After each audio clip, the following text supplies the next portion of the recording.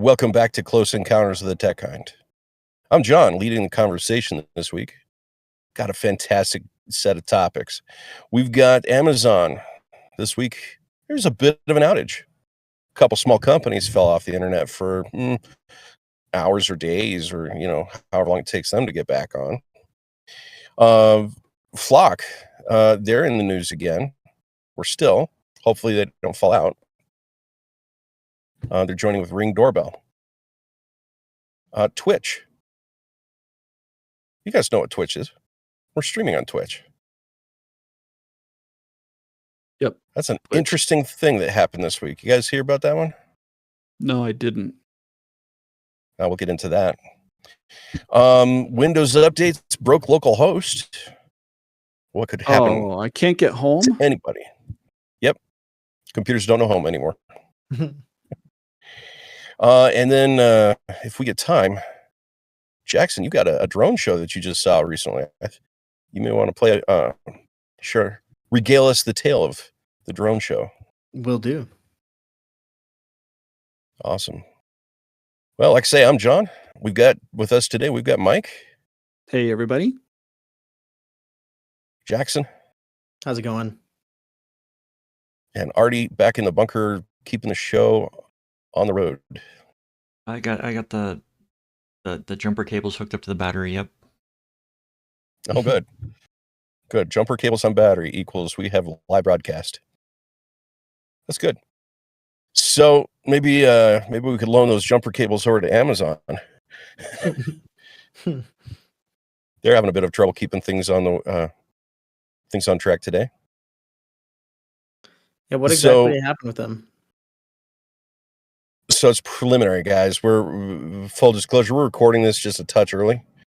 Final report hasn't come out of what went wrong, but all signs are pointing to it's a DNS issue. For people that may not know that are watching, what exactly is DNS?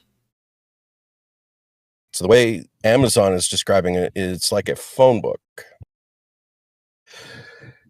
Yeah, that's not a bad way to put it.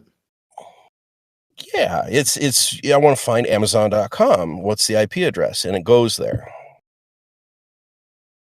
So I want to talk about that a little bit, but I also want to throw some blame on the companies that are down. They don't have redundancy and backups in place the way they could or should. So I don't want to focus too much on the outage. I want to focus on the world's response to the outage. So the outage happened right about midnight Pacific, Monday morning, Sunday night. Yeah, whatever. They're the same thing, right? So I went down, and people on the East Coast woke up. They started seeing things weren't working. And midday, Monday, for all of America, things weren't working. So what do?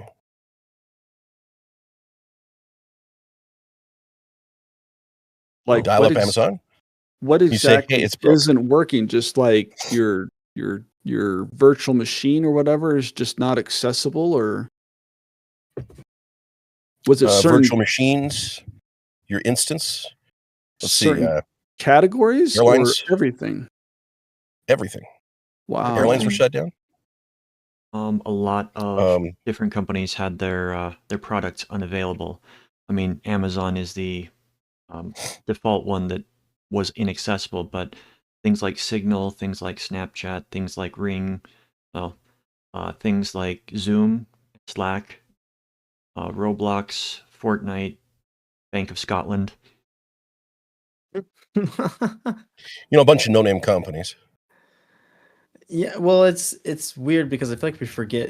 Whenever I think of Amazon, I just think of the online store, but you forget that they've launched. I mean, how long have they been doing this now? Amazon It's been Web a Services. while. Decade plus. I mean, AWS is the largest web storage in the world right now, I believe. They have like 30% share. They're only 30%. Sorry. But that's still higher than, I think, Google, which is the second place with 25. Yeah, it's they have cheaper data centers than the competition, so they get a lot of business. Well, I wonder Now, what if we're was talking kind world of. or domestic, I want to know what their like what kind of branched Amazon out into this realm, because I wonder if this would give us some answers as to, what kind of led to this. Like, are they out of their scope in doing this? How long have they been doing it? And if they've been doing it for so long, why didn't they have the proper precautions that they needed? And, so on. So I'm curious. I know I'm throwing a lot of questions out there that you guys may not know the immediate answers to, but that's kind of where my thought process is going, because when people think of Amazon, they don't necessarily think of oh right, the cloud web services company. We think of where I buy my packages that I get delivered on a weekly basis, and I get my 2-day delivery. Yeah, but on the flip side, so you also have Amazon Prime, like with their streaming services, their books, online ebooks. So I'm wondering if that So was kind of the start of it, is they realized they were having to build their own infrastructure for their yeah, online book stores, I guess, if you want to call it that. books, Uh, music, videos. right. Yeah, And so they're like, hey, if we're already doing it, might as well sell it as sell well. it. Yeah.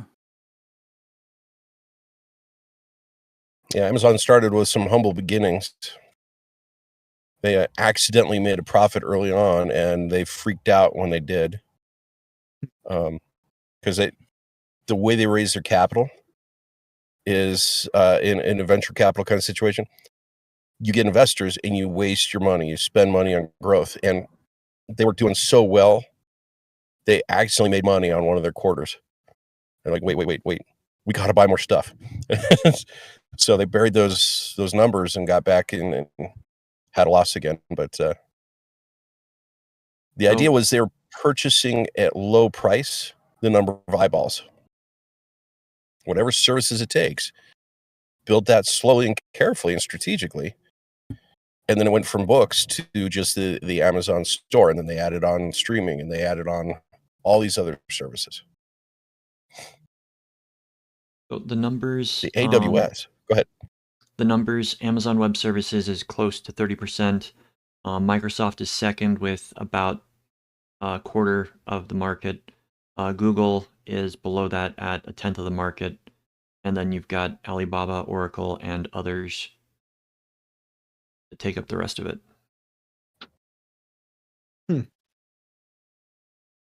That's interesting. I mean, that's got to be some pretty explosive growth to beat out Google and Microsoft like that. Well, that follows the Amazon model of sell it cheap. Right. So, Facebook actually had an outage like this a while back too. Their name servers fell out because of a routing issue. And the hilarious piece of that, the only way to get it fixed was to go physically put your hands on the box. And they couldn't badge into the doors because the servers were down. Oh, that's too funny, actually. So the world was down, and they had to break down the door to fix the problem. That's so funny. Can you imagine the coordination of effort? Like, you have security guys there. They may not know that the system is down. And here you come out at the door with like a big, fire axe or something, trying to break down the door. Does security stop you or help you? I mean, how do they know? Did they get the message? Their messenger's down too. So, right. He's like, I'll either be in the news as a hero or the dumbest security guard on the planet. So you said that this was a DNS issue again, kind of, right? It was a routing thing. DNS and routing are two different things. Okay. So DNS is the phone book. Routing would be the you pick up the phone, you start dialing. Gosh, Right. I'm going back in time here. How do I get pick to a phone. there from here? Is the routing? Yeah. Oh, okay. Yeah. Right. Of course, that makes sense. Which So we're subject to their systems, right?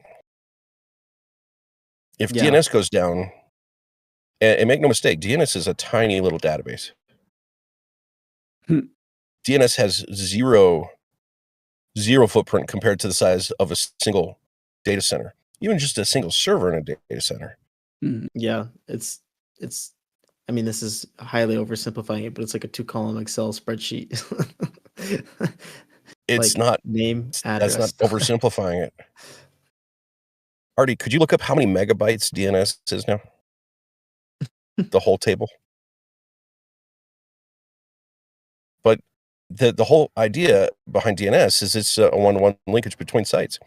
Cool part is servers will see the names, and you could have multiple names on one single server, and it just does reverse lookup saying, oh, you want Amazon. Okay, you want Yahoo. Okay, you want Walmart. Okay. And it pulls it in and reads that and routes it based off of that also. But DNS has been in the internet, gosh, 70 years, 60 years? So Almost I'm since the beginning. gathering that this is internal DNS because, like, I One was data able to center. surf, yeah, on their data center. So, One data center. like, I'd be able to navigate to, we said Snapchat, like, was one of them, maybe, right? I could navigate to Snapchat, but I may or may not see their website, depending, right? Or the content service behind the scenes. Or the content. That's what I'm getting at. It's probably more the back end engine that drives the content that's affected. That's what I see AWS used for primarily, is that it's managing databases and serving content on demand as it's needed to the different, whether it's a website or a mobile app or whatever it might be. So the initial front door, if you will, works, but once you get there, there's nothing inside because the backend services are. So the information not as readily available, but it's not that much. It's on the high end, it's estimated at 500 gigabytes. On the lower end, No. it's closer to like 12 gigabytes. For DNS? For the entire DNS registry for the entire world. No. If you're looking for the size of the ICANN 12. root zone file is 2.2 Yes. megs uncompressed. That's it. That's the one. 2.2 megs of an Excel file. Yeah, 12 gigs is 12 billion. That's a lot of Excel. Maybe they're staring at a 64-bit Unicode. Oh, I could see all the like subdomains and breakouts from there. Yeah. And but DNS also is like, there's all the other records too. It's not just the A records, but it's everything else that goes along with DNS. So yeah, that could be possible. Yeah. I could see that get there. You know, all the content servers sitting in AWS. But yeah, 2.2 megabytes. That's your DNS record. That's the Amazon.com equals IP address or whatever. Cloudflare equals 1.1.1.1. You know, Quad 9, it sits there. That name equals that IP. So there's been a push lately, right? And I'm going to use this as kind of springboard. A lot of the companies that got knocked off, they didn't have redundancy. They didn't have a backup plan. All their eggs were in that one basket, and that basket broke. So they're offline. What's your plan? What's your backup? You know, you're losing millions and millions of dollars with this site down. A lot of companies are starting to say, we trust the cloud, but we don't trust it 100%. We're going to bring these servers back inside. And there are companies out there that are saving millions of dollars by buying millions of dollars of servers and hiring a team of people to maintain those and service those. See, I like and I dislike that. I like it from my engineering perspective, where it's like, yeah, let's do it ourselves. Let's build it to our needs specifically. But I dislike it from a security standpoint, because then when I enter in data on another company's website or whatever it may be, now I know that they're storing it locally, or I mean, assuming I know, where it is that they store their data. However, if I know that a lot of it is being stored at AWS, I don't know. It's actually it's kind of a double-edged sword, because if every company that I interact with online stores their data in either AWS, Google, or Microsoft, then it's like, okay, if there's one breach in AWS, who knows what kind of data they could have their hands on. Whereas if a single company gets breached, it's just my data I have with that company. But then I'm like, okay, do I trust that single company who's maybe they have nothing to do with technology, and they're kind of going outside of their field here to implement an entire server system for their services? I don't know. I feel like I kind of rambled on there for a second, but I think you get what I'm saying is, it's like you sacrifice security, or maybe you don't. I don't know. Be interesting to know. So it's not just security, but it's also, I had the philosophy a long time. If I can put my hands physically on the server, I can physically affect the change to it. If it goes down, if it dies, if the operating system crashes, if the hard drive spins and dies, I can pull it out and send it off for recovery and recover the data. If I could pull those hard drives out, put them in another server, turn that on, I could install a temporary OS, pull the data off the drives, and rebuild the services that are needed.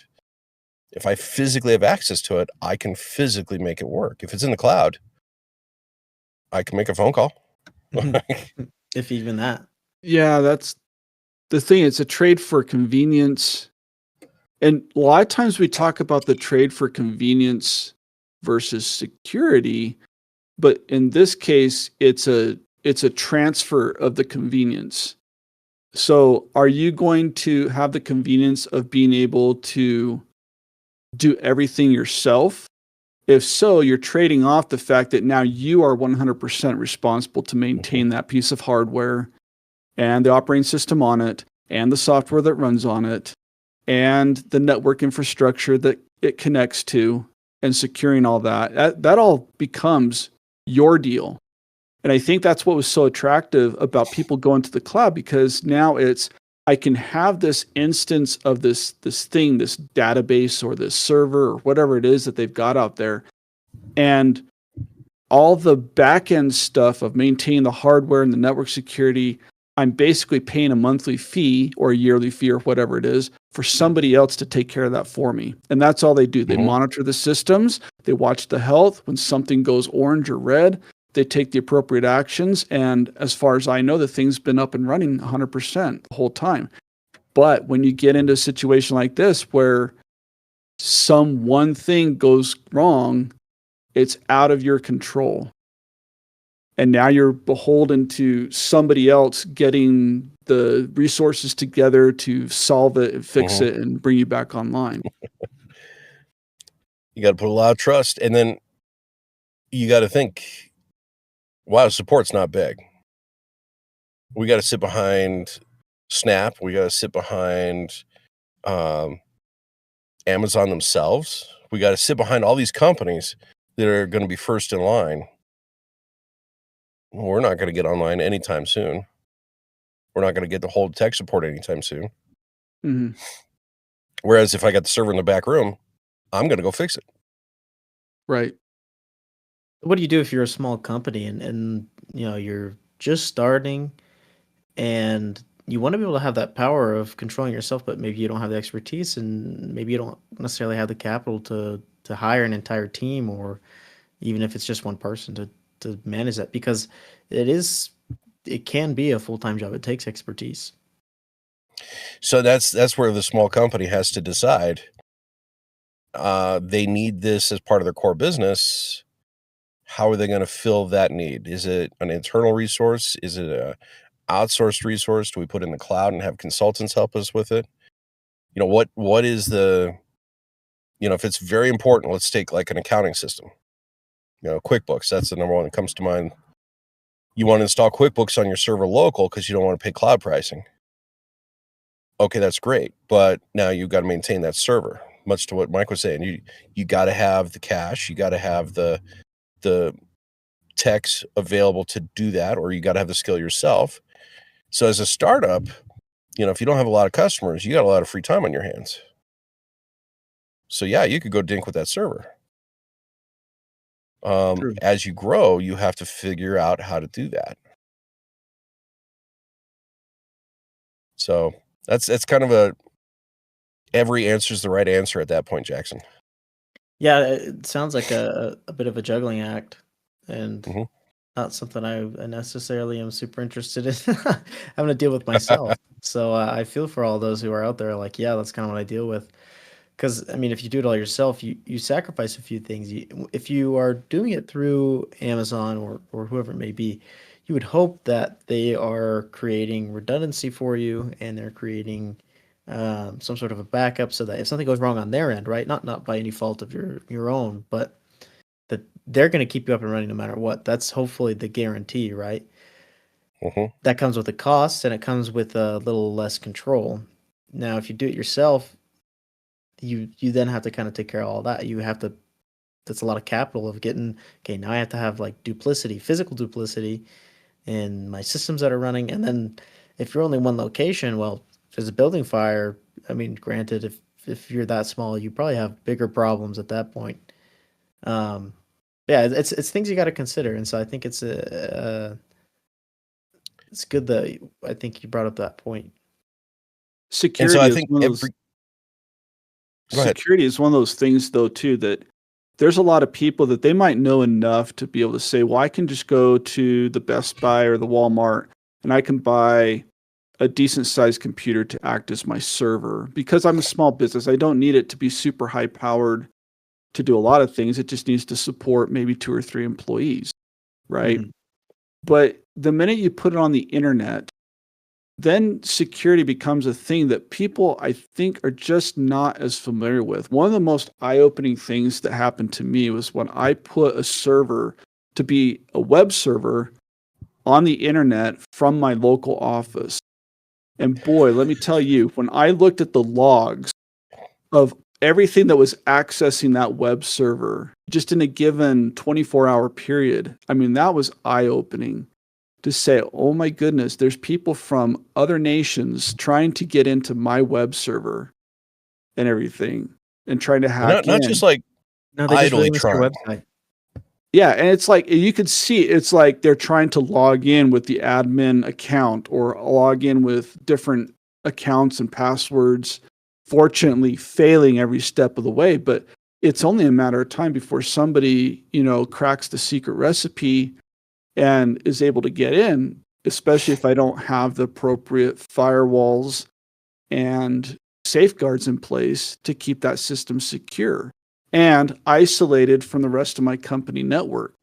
So that even if they get into the website, fine, that's one thing. But what if they get in now and use that to transition over to the accounting computer or something else, then it becomes a bit of a disaster. And I don't think a lot of people, it's not just as simple as like, well, I'll just go buy a box and set it up in my office. Well, yeah, you can, but there's a few more pieces you need. Well, that's the attractiveness of the cloud is you offset that to somebody else.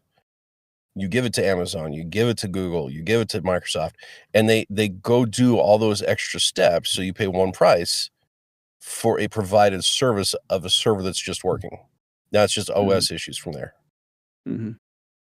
And that so there's a tipping point at which a company reaches that it's cheaper to do it in-house, hire a team of 12 people to go do the work because the markup on the cloud side is so much that it pays for itself. I mean, there's companies that they're getting 12, over a 12-month period, they're making $10 million back by bringing it in-house. And so large data is turning into let's keep it on premises instead of up in the cloud.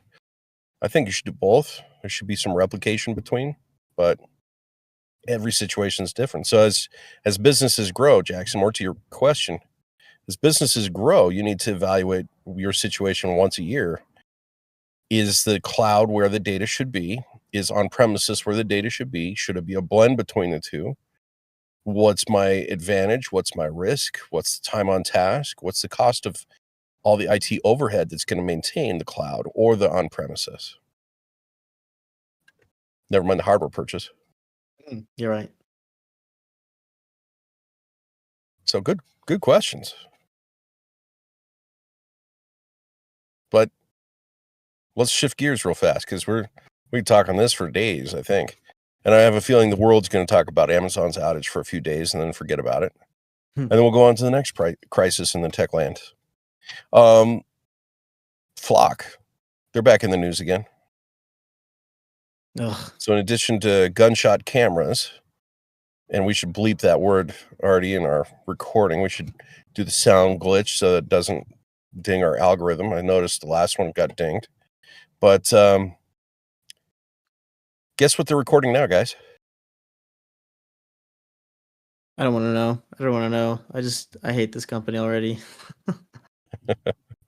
Which one? Amazon or Flock? Because they just got together on this. Uh-oh. How do you mean? Amazon's Ring is now feeding data to Flock security. Oh. I thought they were just I don't know when the go live is. I thought it was just negotiations to do this. If it's released to the public, it's past negotiations. It's probably going to happen. So I don't want to belabor this because we talked pretty good last time about it. Anybody watching, go check out last week's podcast. That was awesome. Here's what I encourage everybody to do. Get involved. Stop this before it's a thing. A couple points that I learned since last week. There are Supreme Court cases against putting a GPS tracker on a car. You legally can't do that. Mm-hmm. You need a warrant to put the GPS tracker on the car. Okay, I like that law. Let's keep that.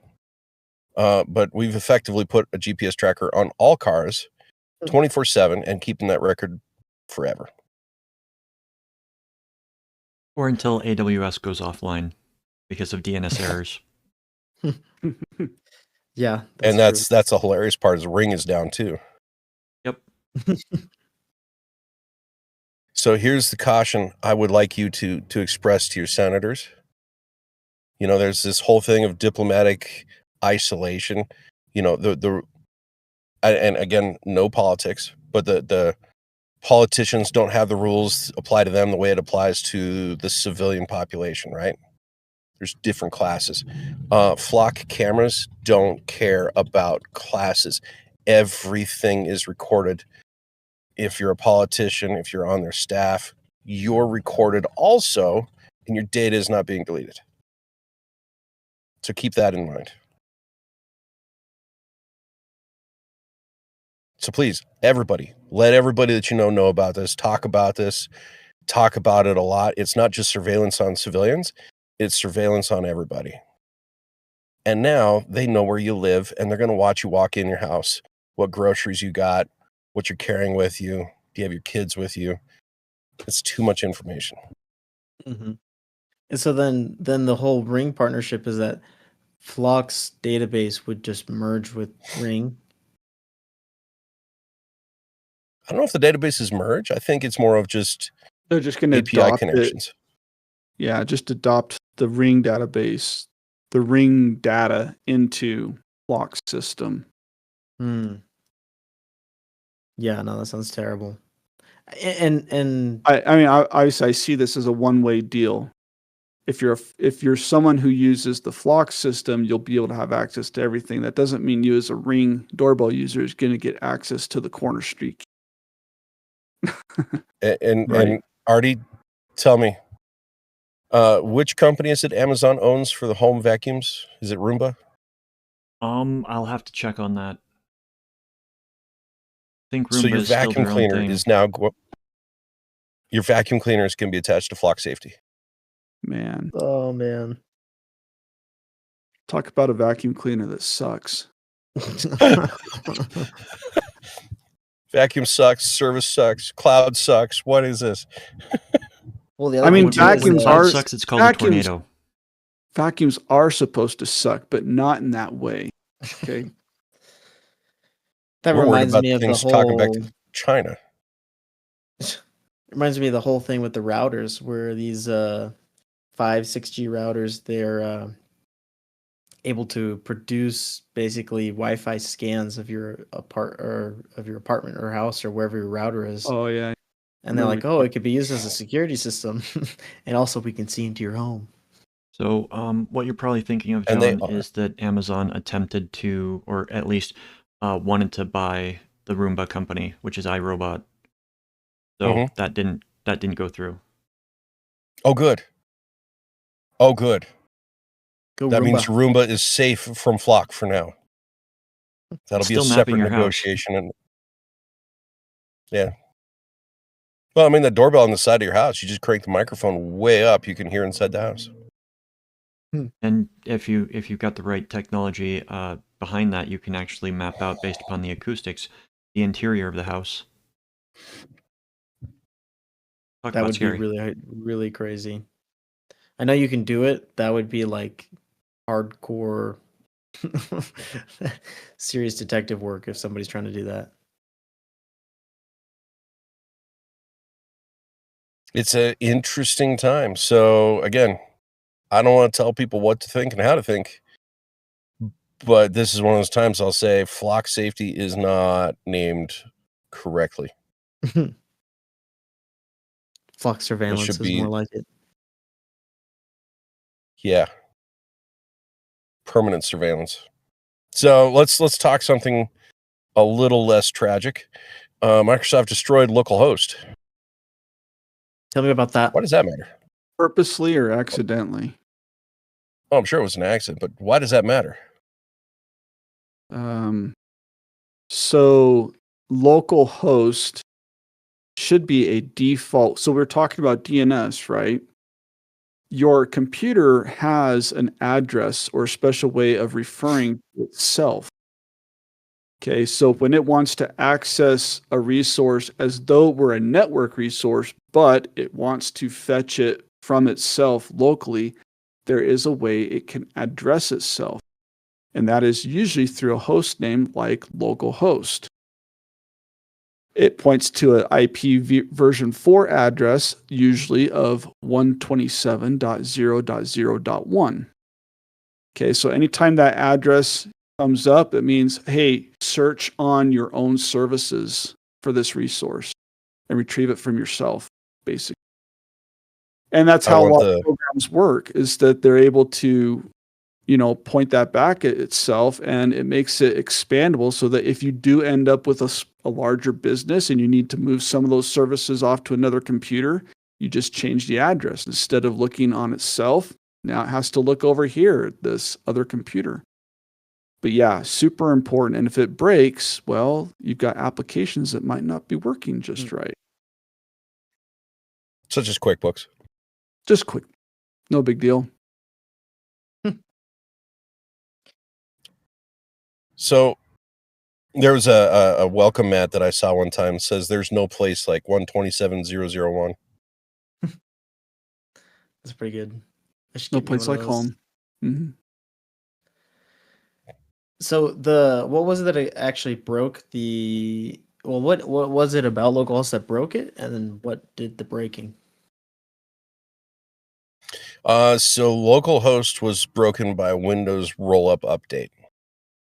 It was quickly unpatched by a KIR, which is known issue rollback.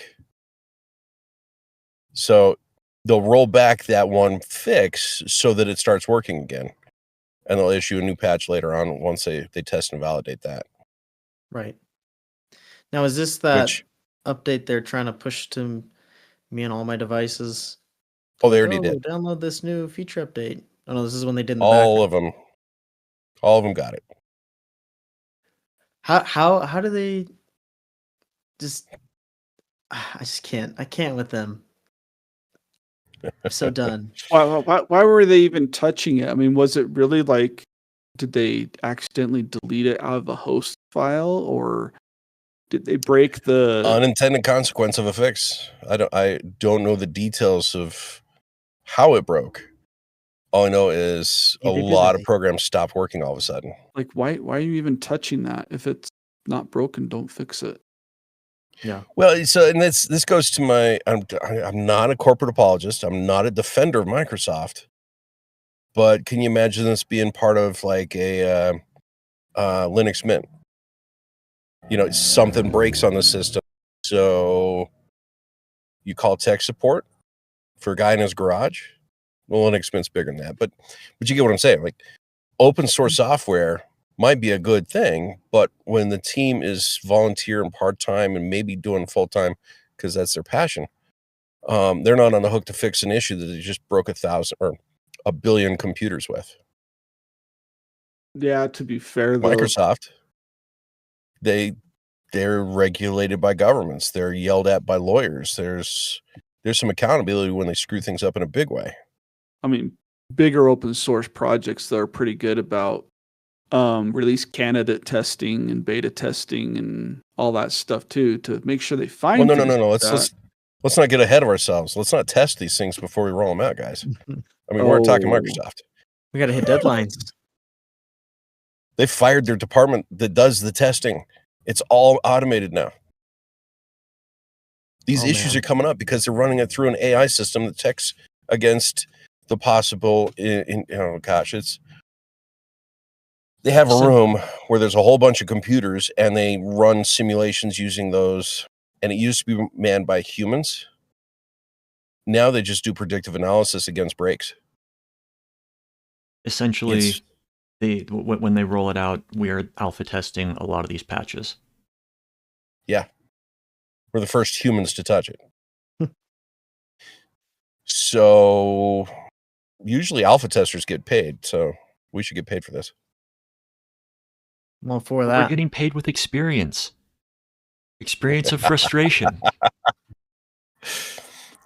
See, now you know how to fix the problem. Great. You've got some life skills.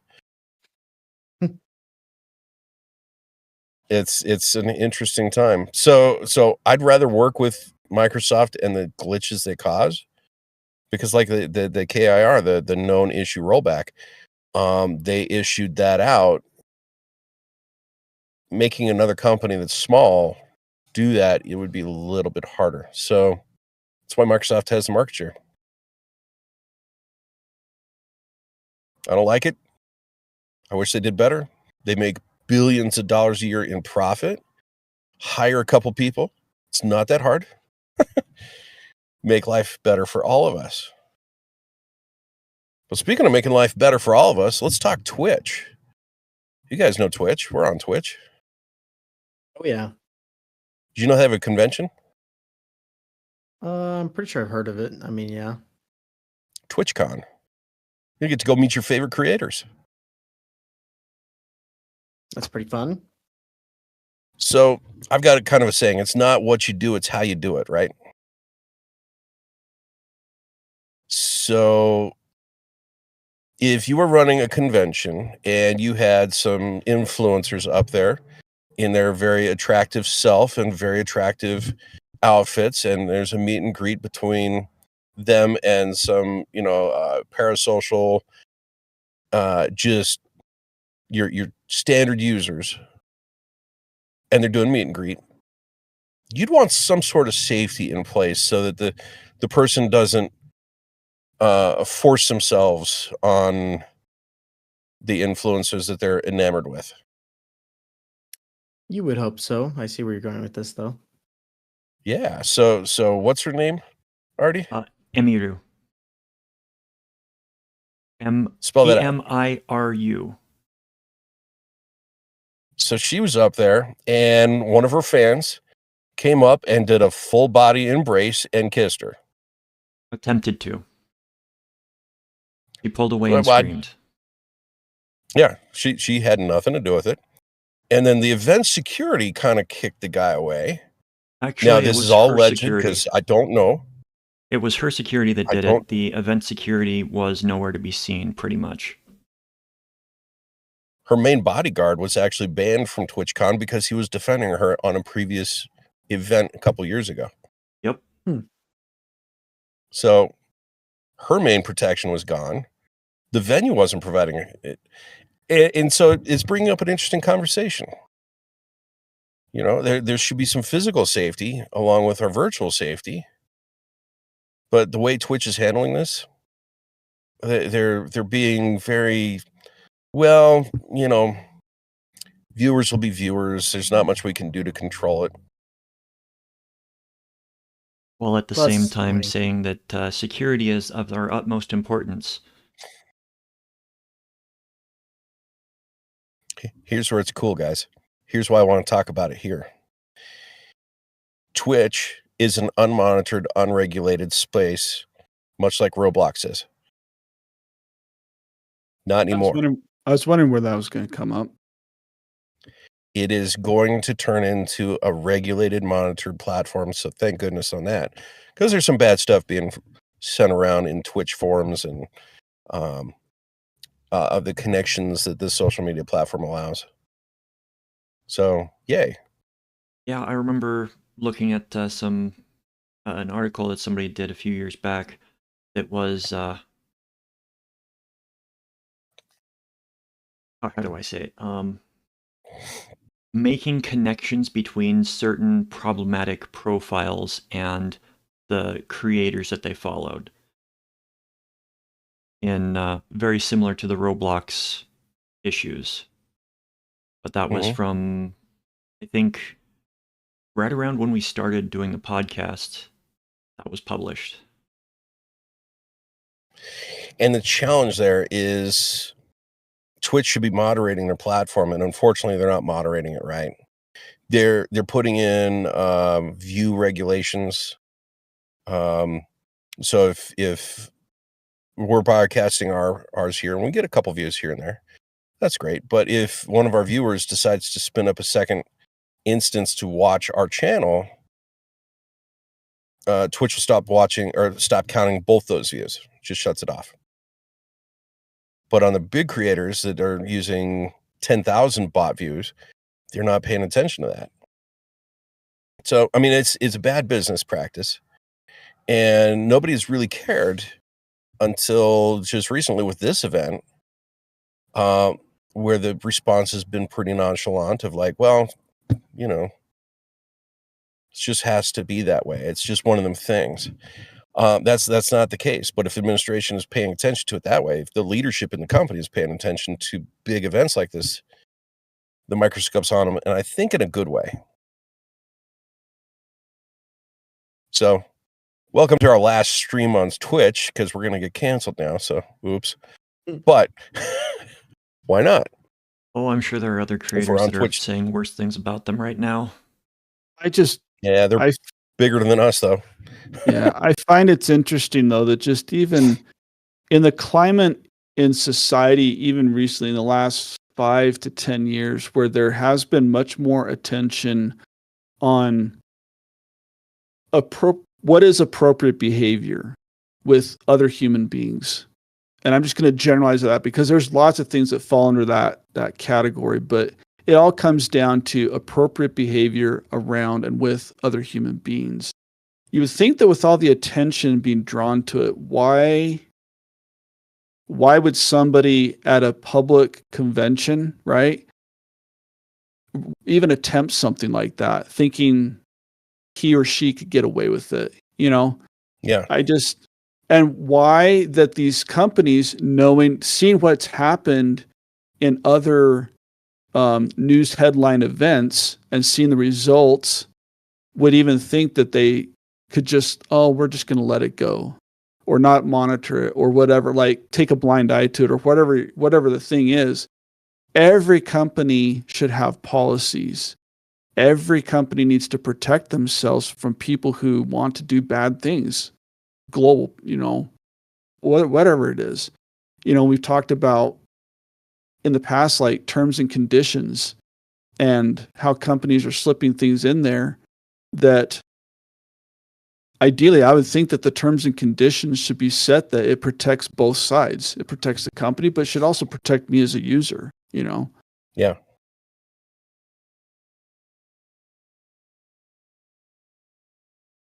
I don't know, Jackson, what do you think? I got to hear your perspective because you're in that generation where streaming is second nature. It's what you do. I don't follow a lot of streamers these days, but there are a That's good. couple that like, yeah.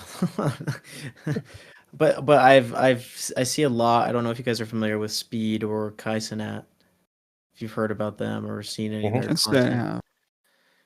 What is really weird and strange to me, and I think is like, I don't know, it's weird the culture that we live in today, where Speed and I mean a lot of these streamers that are so popular, they can't go I mean, they're like super celebrities. They can't go anywhere. They just get flocked by people who are just yelling their names, saying, "Oh, sign this, come, give me money, do whatever." Just dying to interact with these streamers. And so it's crazy that we as a society have kind of just like thrown away these people's privacy, right? Or I mean, you know, it was always a thing with celebrities and paparazzi. Like this to me is a Mhm. million times worse. You have an army of stalkers, pretty much. I mean, it is nuts. Um, and I mean, they kind of have welcomed it. Like Speed's whole thing was like he's gonna go tour the world, and all these people are gonna come interact with him. And he's gonna go see all these people. But I think it's gotten to a point where, like, even for him, like, it's too much. Like, people need to chill out for real. Well, there's a streamer just recently that has invited all the other influencers to stop taking people's money, the Patreons. Once you hit a level of success, calm it, stop it, because there's this weird thing, Mike, to your point, there's this weird thing where there's an expectation of you owe me. So this guy went up and embraced the influencer inappropriately. I'm sure he felt that he should get a hug because he gave her money or he gave her time and just got that emotional bond of like, hey, here's this. Now you got to pay me back a little bit with some sort of thank you. And that's wrong. I mean, I got to be very clear. That's wrong. But when influencers are saying, hey, send me money, and somebody literally sends them thousands of dollars, it's a weird world. Yeah, it's odd. It's like, people would rather watch a streamer live their life than go live their own, honestly. I think it's something that goes down that far where it's like people that go out of their way to spend thousands of dollars on a streamer just for, I guess, their entertainment. I mean, they feel like they have a real connection to these people, and I think honestly they don't. I mean, you just can't as a streamer. If you're streaming to tens of thousands, if not millions of people, then I mean, you're not really developing a relationship, and so it is weird, kind of where we've ended ourselves up with streaming and kind of the attitude we have towards it of donate you money. And John, I think you're right. I think some of these people feel like they're entitled to something because they have been like their biggest supporter or whatever. I subscribed to you 20 years ago. You owe me. Right. I'm an That OG. I've watched thousands of hours of your content. You owe me. and that is a major danger with the parasocial relationships, and it's not just with streamers. People have developed these with was it John Lennon? Mhm. The Beatles, people that have been famous, or even, the people that develop an infatuation with somebody that they have never met, they've never talked to, but they see regularly. And, you've got situations that, thankfully did not turn out as bad as they could, like what happened this past weekend. But there are also those that don't understand, or that have a sort of break with reality, and you get something like John Lennon. So Mhm. it's So, and not that's one where, it's not a problem that the didn't exist before, but it is becoming more prevalent with how quickly we can access things online. And I can go to Twitch right now and pull up probably 10,000 people that are streaming right now and just pick a flavor of what I want to watch. well, the one that just advertised how much he's made over the course of 10 years, Artie, who was that? Was that Moist Critical? That was Moist Critical, yeah. Guess how much he made streaming total? He put out the numbers for every penny he's ever made. Just take a guess. 10 years, multiple platforms, multiple sponsorships, Patreons, all that fun stuff. This is across everything, every platform. Yeah. I don't know. It's got to be in the millions, tens of millions. You're on the right track. 38. I know the answer. Yikes. 38 million. 38 million? That's crazy.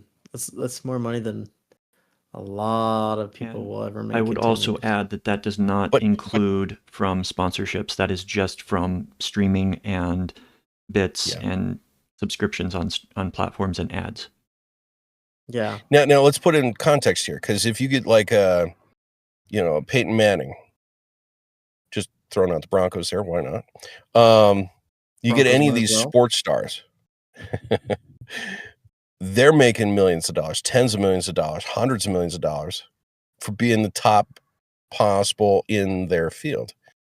It seems to figure in the computer world, you would have people that are top of their game getting tens of millions of dollars too. So I'm kind of there, but Moist Critical's idea is stop asking for money from the people because you have enough. You're not pulling it from a corporation. You're not getting ad revenue from a shoe manufacturer or something like that. It's people giving you money, and this is actually going to be a bad thing because the expectation is society doesn't understand that. Yeah, we're going to brave the world with all this. Go ahead. I'll say that will probably come as a hot take to a lot of people. I mean, because to them that's what they sell. They sell them and their time, and like, I'm going to entertain you.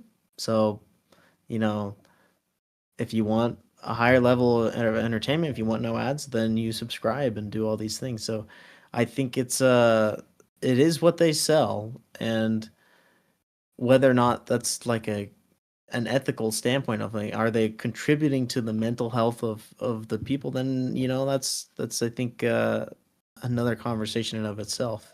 Well, but we voted with our dollars. We voted with our eyeballs. We're watching this person because they got something we care to see.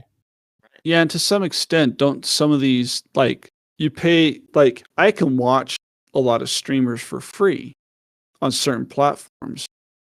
If I want the exclusive access, I got to pay a little money. So now I get pre-released videos or behind-the-scenes videos, or maybe more in-depth on a certain topic video, something like that.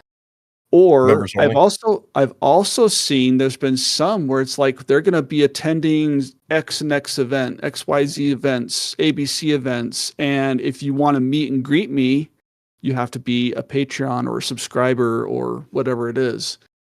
And so they kind of, at that point, have opened themselves up to it because they are selling a personal interaction at that point.